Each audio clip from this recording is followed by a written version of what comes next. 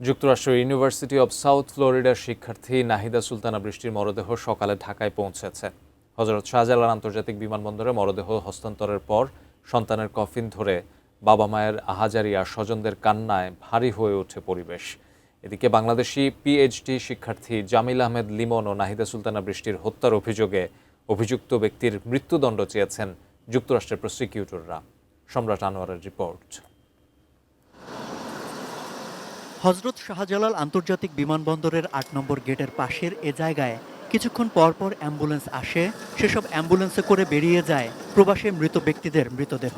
শনিবার সে তালিকায় যুক্ত হলো আরেকটি নাম, নাহিদা সুলতানা বৃষ্টি। তার নিথর দেহ বুঝে নিতে সকালে সেখানে উপস্থিত হন বৃষ্টির বাবা, মা, স্বজন, বন্ধুরা। নির্বাক তাকিয়ে যারা দেখেন অন্যদের ব্যস্ততা, দৃষ্টি তখন শূন্যে, প্রিয়জনকে হারানোর বেদনায় ব্যথাতুর। এক বুক কষ্ট নিয়ে কন্যার মৃতদেহ বুঝে নিতে দাপ্তরিক কাজ শেষ করতে হয় অভিভাবকদের।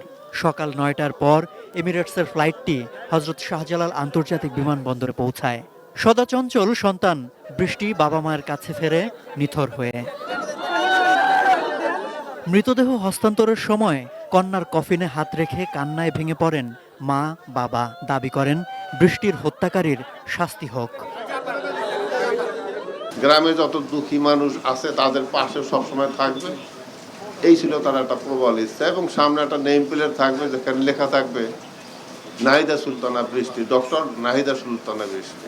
ঘাতকের জন্য সর্বোচ্চ শাস্তি হয়। আমাদের বাংলাদেশের প্রশাসনিক পক্ষ থেকে বা মন্ত্রণালয় থেকে জন্য এটা বলা হয়। ইউএস গভর্নমেন্ট এবং বাংলাদেশ গভর্নমেন্টের প্রতি আমাদের একটাই প্রত্যাশা, যেন এই যে নির্মম হত্যাকাণ্ড এটার জন্য একটা সুষ্ঠু বিচার হয়। আমার বোন অনেক ভালো একটা মানুষ ছিল, কেন এমন করলো আমি জানি না।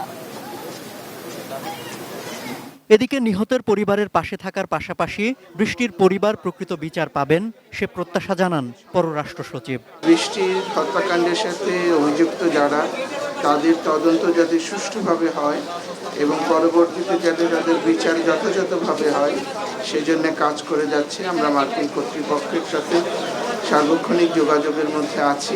বিমানবন্দর থেকে বৃষ্টির মরদেহ নিয়ে যাওয়া হয় মাদারীপুরে তার গ্রামের বাড়িতে।